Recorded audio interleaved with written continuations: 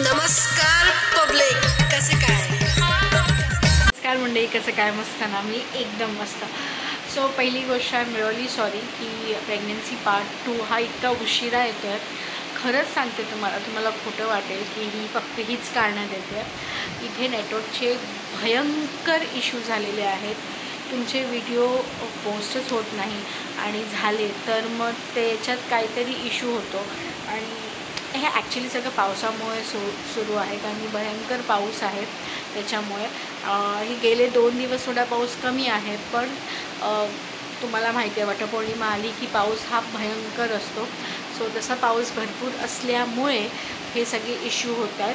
पण होपफुली 1 वीकमध्ये हे सगळं सॉर्ट आउट होईल आणि आम्ही वायफायची कनेक्शन घ्यायच्या प्रयत्नामध्ये आहोत. सो एकदा वायफायचं कनेक्शन घेतलं की आपलं तेही टेन्शन जाईल. आय होप तुम्ही आता टू बी कंटिन्यूचा पुढचा पार्ट एन्जॉय कराल आणि मला प्लीज नक्की कमेंट करा आणि मला सांगा की तुम्हाला कसं वाटतं. जर 3 मी ऑलरेडी केलेले आहेत आणि त्याच्यानंतर मी डॉक्टरांकडनं येऊन पुन्हा ही टेस्ट का केली. सो जेव्हा मी डॉक्टरांकडे गेलो, डॉक्टर काकांनी माझी सोनोग्राफी केली, अल्ट्रासाऊंड सोनोग्राफी ते केली, पण त्याच्यात बेबी डिटेक्ट होत नव्हतं. तिथे काहीच दिसत नव्हतं. त्यांनी मलाही दाखवलं, तिथे काहीच दिसत नाही आहे. आणि माझे रिपोर्ट्स मग म्हणजे काढायचे ठरले की जे मी दुसऱ्या दिवशी ब्लड टेस्ट करणार. एक ब्लड टेस्ट असते जी प्रेग्नन्सीसाठी करावी लागते. मी एकदम टेन्स झाली की अरे हे कसं शक्य आहे, 3 पॉझिटिव्ह येऊनसुद्धा तिथे का बाळ दिसत नाही आहे. सो मी पुन्हा घरी आली. घरी येताना मी अजून एक स्ट्रिप घेतली आणि ती तुम्ही बघू शकता एकदम क्लिअर आली, एकदम क्लिअर. म्हणजे ह्याच्यात अजिबात काही फेंट लाईन नाही आहे, अजिबात काही नाही आहे, एकदम क्लिअर. मग बाळ दिसत का नाही आहे, that was the biggest issue. त्यानंतर आम्ही हे एक टेस्ट केली. मी त्याचे एक काम करेन, मी ना ह्याचे सगळ्यांचे फोटोज इथे टाकत जाईन, कारण कॅमेरामध्ये ते उलटं दिसतं आहे. सो ते पॉझिटिव्ह आले. त्याच्यात 184 पॉईंट माझं आलं, म्हणजे मी प्रेग्नेंट आहे ते आलं. सो तरीसुद्धा बाळ दिसत नव्हतं. माझे हे वाले रिपोर्ट्स 2दा झालेले आहेत. प्रेग्नन्सीचे ब्लड टेस्ट म्हणजे 2दा झालेले आहे, तरी पण बाळ कुठेच दिसत नव्हतं. तुम्ही इमॅजिन करू शकता की 21ला मला फर्स्ट माझी प्रेग्नन्सीची किट मिळाली. त्याच्यानंतर मी डॉक्टरांकडे गेली, त्याच्यानंतर ब्लड टेस्टमध्ये सुद्धा आलं, तरी बाळ दिसत नाही. सो अगदी त्यानंतर 15 दिवस मला थांबायला सांगितलेलं. यू कॅन इमॅजिन ते 15 दिवस किती कठीण होते, कारण ऑफकोर्स मी प्रेग्नंट होती. त्याच्यात एकतर हार्मोनल चेंजेस होत होते, प्रचंड BP वाढत होतं माझं, प्रचंड. आणि त्यात ती गरमी इतकी होती की मला त्या गरमीचा त्रास होत होता. खूप स्ट्रेसमधनं जात होती. आणि त्याच्यात मला सांगितलं गेलं होतं की अजिबात स्ट्रेस घ्यायचा नाही आहे, त्याचाही इफेक्ट तुमच्या वरती होऊ शकतो. सो ते खूप डिफिकल्ट टाईम होता माझ्यासाठी. ते 15 दिवस खूप हे झालं. आणि त्यानंतरचा पहिला क्षण आला तो म्हणजे सोनोग्राफीमध्ये बाळ डिटेक्ट झालं.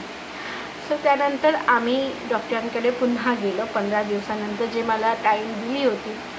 आणि त्याच्यात मला डिरेक्टली सांगितलं गेलं होतं की जर 15 दिवसांनी बाळ नाही दिसलं तर एक टर्म आहे, ते टर्मच्या हिशोबाने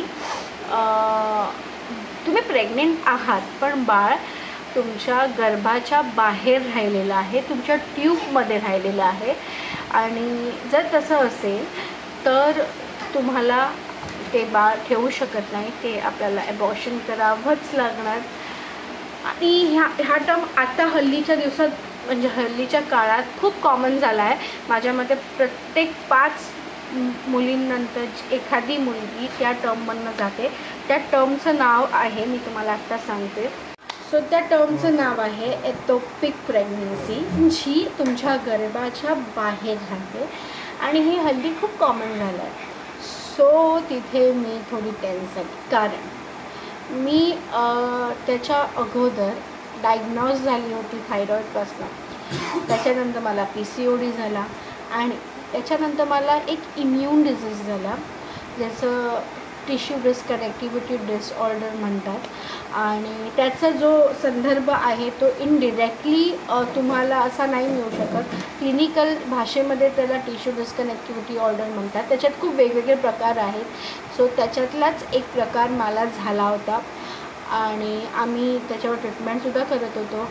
आणि मला त्याच्यात सांगितलं गेलेलं होतं की तुम्हाला जर फ्युचरमध्ये बाळ हवं असेल तर तुम्हाला खूप कॉम्प्लिकेशन्सना फेस करावं लागणार, तुम्हाला खूप ट्रीटमेंट्सना फेस करावं लागणार आणि खूप मोठे मोठे टर्म्स आम्हाला सांगितले गेले होते. सो आम्ही ठरवलं होतं की आम्हाला कुठच्या ट्रीटमेंटला फेस नाही करायचं आहे. जर नॅचरली एखादी गोष्ट होणार असेल आपल्या आयुष्यात तर होऊ दे, नाहीतर we will plan something better, more better than दिस.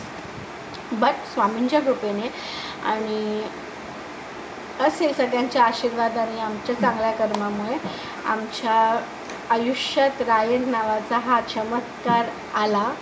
आणि पर्सन इज तो माणूस इथे येतो सध्या. ओके, रायन, हॅलो. सो रायन नावाचा चमत्कार आमच्याकडे आला. सॉरी. सो तो चमत्कार आमच्या आयुष्यात झाला आणि सारं काही आता बदललं. So back to the story, back to the journey. So ज्या काही मुली सध्या प्रेग्नेंट आहेत आणि ज्या मला बघतायत फर्स्ट टाईम, त्यांना मी हेच सांगेन की प्रत्येकाची प्रेग्नेन्सी ही वेगळी आहे. कंपल्सरी नाही आहे की ज्या ट्रीटमेंटना मी फेस गेली आहे किंवा जे रिपोर्ट्स माझे केलेले आहेत ते तुमचे करतील, कारण प्रत्येकाची जर्नी वेगळी आहे. पण एक आयडिया म्हणून मी तुम्हाला सांगते की अशा गोष्टी होत असतात. ज्या न्यूली प्रेग्नेंट आहेत किंवा ज्या फर्स्ट टाईम प्रेग्नेंट आहेत त्यांना मी हे सांगते की तुम्ही जेव्हा तुमचे पिरियड मिस होतात, तुम्हाला पहिल्या स्ट्रिपमध्ये तुम्हाला दिसून येतं की तुम्ही प्रेग्नेंट आहात, लगेच डॉक्टरना कन्सल्ट करा. कारण अशा काही गोष्टी असतात ज्याने आपल्या जीवावरही बेतू शकतं. सो असं सगळं होतं. पण म्हणतात ना की ज्याला यायचं आहे तो कसाही येतो. सो तसंच झालं. ती नॉर्मल प्रेग्नन्सी ठरली. नॅचरली मी कन्सीव्ह केलं होतं. म्हणजे जसं मी तुम्हाला सुरुवातीला सांगितलं, मला आणि दुर्गेशला दोघांनाही नाही माहिती की मी प्रेग्नेंट आहे, कोणालाच माहिती नव्हतं. आणि नॅचरली मी प्रेग्नेंट ठरली. बाळ दिसलं, बाळाचे हार्टबीट्स दिसले and the real journey started, real effort started. कारण तिकडनं काहीच सोपं कधीच नव्हतं. ते का, कशाला? कारण जसं मी तुम्हाला सांगितलं, मी एका आजारापासून डायग्नोस्ड आहे, त्याचं नाव आहे टिश्यू डिस्कनेक्टिव्हिटी डिसऑर्डर. तो ॲक्च्युली एक आजार, म्हणजे तो एक आजार नाही आहे, त्याच्यामध्ये बऱ्याचशा गोष्टी आहेत, पण त्याला बोलताना टिश्यू डिस्कनेक्टिव्हिटी डिसऑर्डर बोलतात. मी या गोष्टीला जास्त एक्सप्लेन नाही करू शकत कारण मला ते नाही करता येणार आणि त्याच्यावर मी नक्की तुम्हाला सांगेन की नक्की ते काय आहे. पण सध्या मला प्रेग्नन्सी जर्नी तुम्हाला सांगायची आहे, त्याच्यामुळे मी हा भाग थोडा नंतर सांगेन. सो जेव्हा हे सगळं होतं, सो मुद्दा आला आता पुढे काय. कारण ह्या गोष्टी इतक्या सोप्या नव्हत्या. माझी प्रेग्नन्सी सोपी नव्हती. जो आजार मला आहे तो माझ्या बाळापर्यंत पोचू शकला असता आणि माझं मिसकॅरेज झालं असतं ह्याची 100% गॅरंटी होती. माझं BP कंटिन्युअसली वाढायचं माझ्या अख्ख्या प्रेग्नन्सीमध्ये. सो माझा BPचा त्रास वाढला होता. माझे हार्टबीट्स खूप फास्ट झालेले होते, अगदी स्टार्टिंगच्या या 2-3 महिन्यापासूनसुद्धा. सो तो खूप हे झालं होतं आणि तेव्हा माझे पुन्हा काही रिपोर्ट्स काढले गेले. त्या रिपोर्टचा फोटो मी तुम्हाला ते दाखवते. ह्याच आजाराविषयी मी तुम्हाला सांगत होती. माझे हे रिपोर्ट्स काढले गेले आणि त्याच्यानंतर असं सीन झाला की त्याच्यात माझी जी आजाराची फ्रिक्वेन्सी आहे ती पुन्हा दिसून आली. It was a twist, it was a climax. It was actually a climax. कारण त्या मोमेंटला मी ॲक्च्युली रागवली होती. मी एकटीने फेस केलं आहे, बऱ्याचशा आजारांना आतापर्यंत फेस करत आली होती. आता पुन्हा ते फेस करायचं आहे आणि मला कधीच नाही हवं होतं की माझ्या बाळापर्यंत ते पोचावं. पण माहिती नव्हतं की तो जो मधला काळ असेल त्यानंतर तो इतका डिफिकल्ट जाणार आहे, इतका हार्मोनली म्हणजे माझी सगळी साईडने कोंडी होणार आहे. ही प्रेग्नन्सी अजिबात इझी नसणार आहे हे मला अजिबात सुरुवातीला माहिती नव्हतं. कारण स्टार्टिंगला एवढा सिरियसनेस नव्हता. मी फक्त आनंदी होती की मी नॅचरली कन्सीव्ह झाली आहे, पण त्याच्या पुढचा विचार मी केलाच नव्हता. आणि ह्या गोष्टी सगळ्या अप अँड डाऊन झाल्या जेव्हा माझ्या आजाराची फ्रिक्वेन्सी तिथे दिसून आली आणि आमचं जग पलटलं. आम्ही त्याच मोमेंटला फायनान्शियली सुद्धा पलटले गेलो, आम्ही मेंटली इमोशनलीसुद्धा पलटले गेलो आणि आम्ही ऑफकोर्स हेल्थवाईज तर मी पलटली गेली. आणि त्याचा सगळ्यात मोठा धक्का माझ्या आणि माझ्या नवऱ्या म्हणजे दुर्गेशच्या रिलेशनशिपला पडला, आमच्या नात्याला पडला. म्हणजे तसा काही नाही पडला, पण असं झालं की आता ट्रीटमेंटला लागणार आहे बराचसा पैसा. बाळ इम्पॉर्टंट आहे, नॅचरली राहिलेलं आहे. सो ज्या काळात मला माझा नवरा हवा होता त्या काळात आम्ही दोघंही सेपरेट झालेलो होतो. सो रिलेशनशिपमध्ये टेन्शन्स वाढले होते, हेल्थवाईज वाढले होते, वेल्थवाईज वाढले होते. And it started on the real struggle is beginning. आणि काय मग आला एक वेगळा नवा ट्विस्ट. सो आय होप तुम्हाला आतापर्यंतची माझी जर्नी आवडली आहे. सो ह्याच्या पुढचा पार्ट पुढच्या भागात येईल, कारण की ही खूप मोठी जर्नी होणार आहे. So stay tune. आणि आय एम रिअली पुन्हा एकदा माफी मागते की मी इतके दिवस ब्लॉग टाकला नाही, कारण ते मला दिसून आलं तुम्हाला आजचा हा छोटासा व्हिडिओ आवडला असेल. ह्याच्या पुढचा भाग खूप लवकर येणार आहे, कारण की तोपर्यंत आपलं वायफायचं काम झालेलं असेल. सो आय होप तुम्हाला हा भाग नक्की आवडला असेल. तुम्हाला माहिती आहे काय करायचं आहे, तुम्हाला लाईक करायचं आहे, शेअर करायचं आहे, सबस्क्राईब करायचं आहे आणि त्याचबरोबर तुम्हाला मला भयंकर सपोर्ट करायचा आहे गाईज. मला तिथे चार्टवर दिसतं आहे की 60 ते 75 लोकांनी मला अजून सबस्क्राईब केलंच नाही आहे, पण ते माझा व्हिडिओ बघत आहेत. जर तुम्हाला माहिती नसेल तर तिथे खाली सबस्क्राईबचं बटन असतं लाल कलरचं. जेव्हा आपण व्हिडिओ बघतो तर फक्त तुम्हाला क्लिक करायचं आहे. आणि प्लीज मला नक्की कमेंट करून सांगा की तुम्हाला माझ्याकडनं कुठच्या प्रकारचे कसे व्हिडिओज बघायला आवडतील.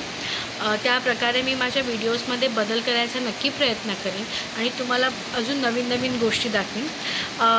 मुळात तुम्हाला भरपूर गोष्टी मला दाखवायच्या आहेत, पण पाऊस असल्यामुळे आणि रायन अजून लहान आहे त्याच्यामुळे मला फारसं पावसाच्या दिवसात बाहेर पडता येत नाही आहे.